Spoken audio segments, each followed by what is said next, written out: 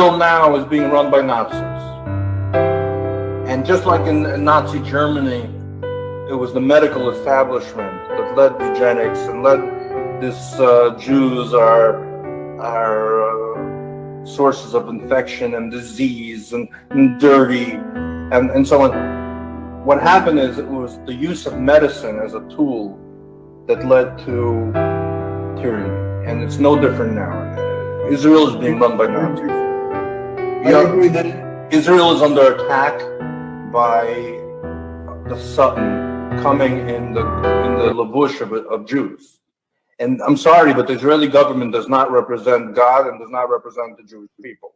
They represent socialist principles built on the secular values. And so the Israeli government is not an accurate or trustworthy protector of the Jewish people. What is an accurate protector of the Jewish people are Jewish values expressed in the Torah, which is basically that there is one God, that you should not commit murder, you should not steal, you shouldn't commit adultery, you shouldn't be jealous of others, you should honor your parents, you should keep the Sabbath, you shouldn't worship idols. Those are all very good principles. You know, treat yourself like Bibi Netanyahu would treat his kids, which is with early prophylaxis. I know this for a fact. I'm sorry, I was in contact with these people in the very beginning. They know exactly what they're doing. They know exactly the double standards. If your minister of health in Israel, Litzman, back then, called me for treatment, or I know people are denying this, but I don't care. Reb Chaim Kanevsky, the Godol Ador. So his Gabbai, I think his name was Menachem Hadlin. I'm giving you this name on purpose because people are denying it. Called me and was referred to me to guide his treatment when he got COVID, even though people are saying he's telling everyone to take the vaccine.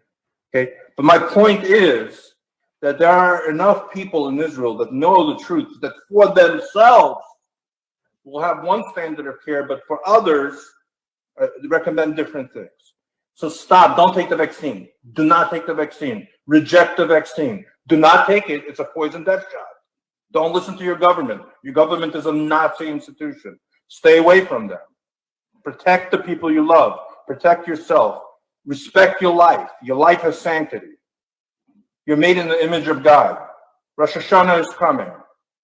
Beg to be inscribed in the book of life and health. Let's appoint God as our king. I'm a globalist. Yeah, I'm a real globalist. Hashem is the King of Kings, and he should have global dominion over the world. And I really do believe in the Great Reset. We should reset from the paganism and the idolatry and the false worship of fear and sociopathic oligarchs and corrupt governments, and bow down to the Creator. He loves you. He makes you all the time. You'll get much better outcomes. It's really prophylactic if you trust in God. It's much better. It's much better than Bennett or Bibi or your Ministry of Health. To be practical, I'd like you to extract as much information out of me while I can still think and speak. I'm about to start some very complex, potentially toxic and dangerous treatments. And I trust in God. I have zero fear. And by the way, I'm not so afraid of going to the next world either. But I'm not that I'm rushing there, but it's out of my control. But my advice to you is use me up while you still can.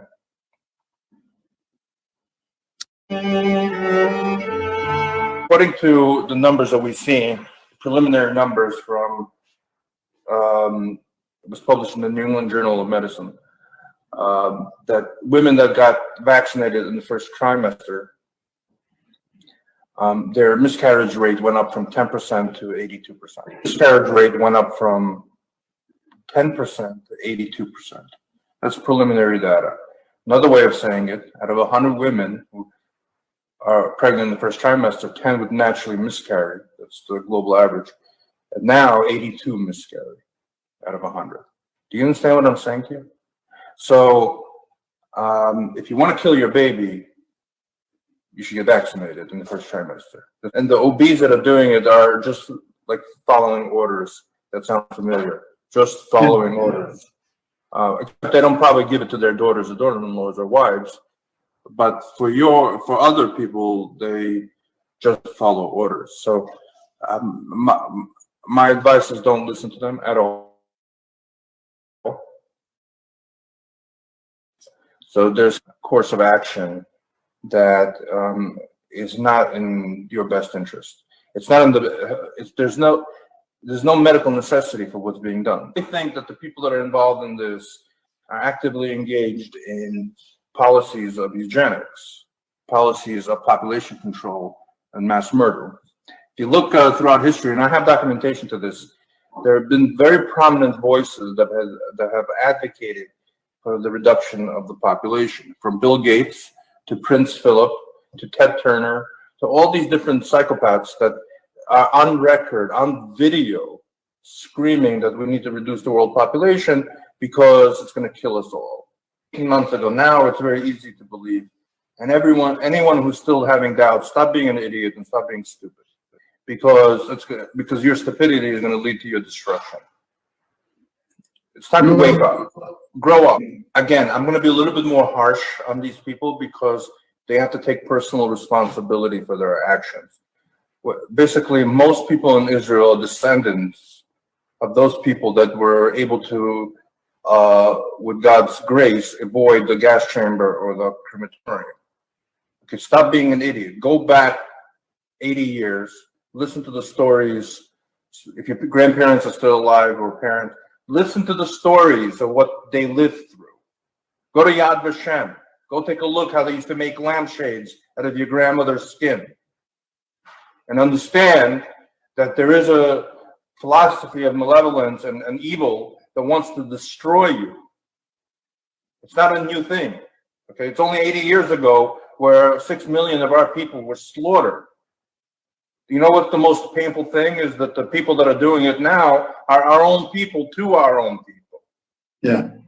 And because Jews in general are merciful, that's one of the characteristics of the Jewish people, Rahmanas. And because we tend to look at people in a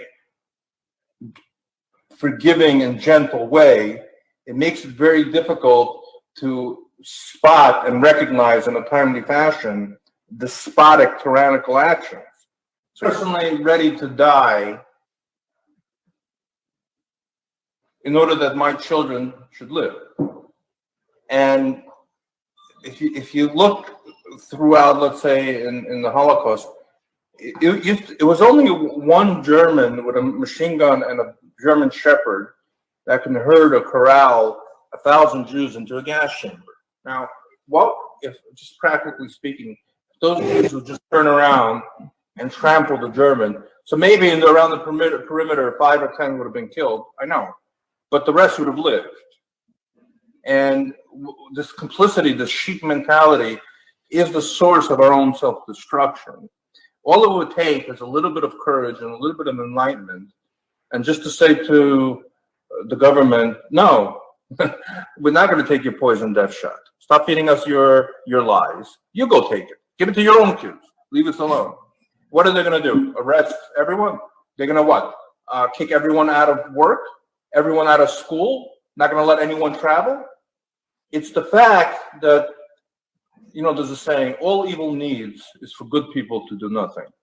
It's the fact that we have good people that are just quiet little sheep that are afraid to stick their heads out and to do anything. Can you imagine if an entire neighborhood, Ramat Gan, just woke up and said, F you, you government, and we're not going to listen to you. Go to hell.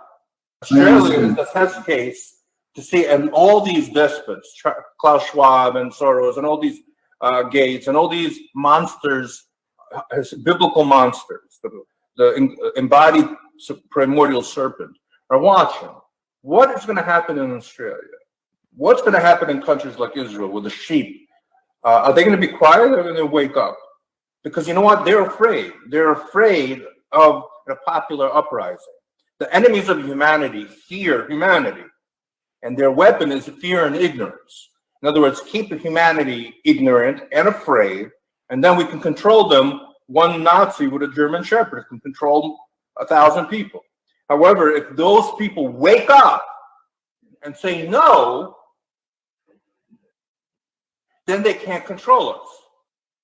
Yeah, you know, just one word. word. The media, the social media, and the mainstream media is such a instrument of death. And all you sheep that are just sitting there and listening to it and buying the bullshit and buying the lies, the paganism, the idol worship, the child sacrifice, the throwing yourself into a slave fear, isolated mentality, you're causing your own death and the death of your neighbors.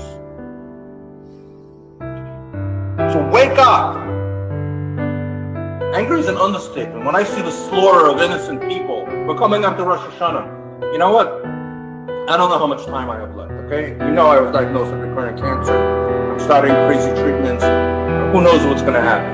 Yeah, I'm angry. I'm not angry at God. I'm not angry at myself. I'm angry at the fact that people that I care about are being enslaved by tyrants. A 10-year-old naturally has no risk. A 10-year-old will survive COVID just fine.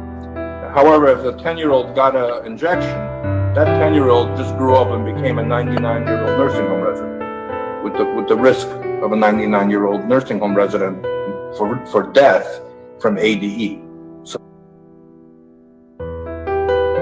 because of Bibi Netanyahu and Naftali Bennett, your parliament, and the fact that they let Pfizer commit crimes against humanity and human experimentation, which violated the Geneva Convention.